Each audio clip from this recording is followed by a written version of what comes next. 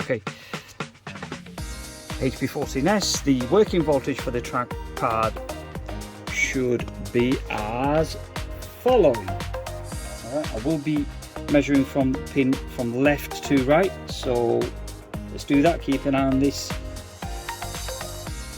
probe for the voltages. So pin 1 starting from left is 3.3, pin 2 same again, pin 3 same again, pin 4 same again, pin 5 will be ground, pin 6 will be one of the data lines, 0.0227, next pin is 3.3, and the last pin is 3.3.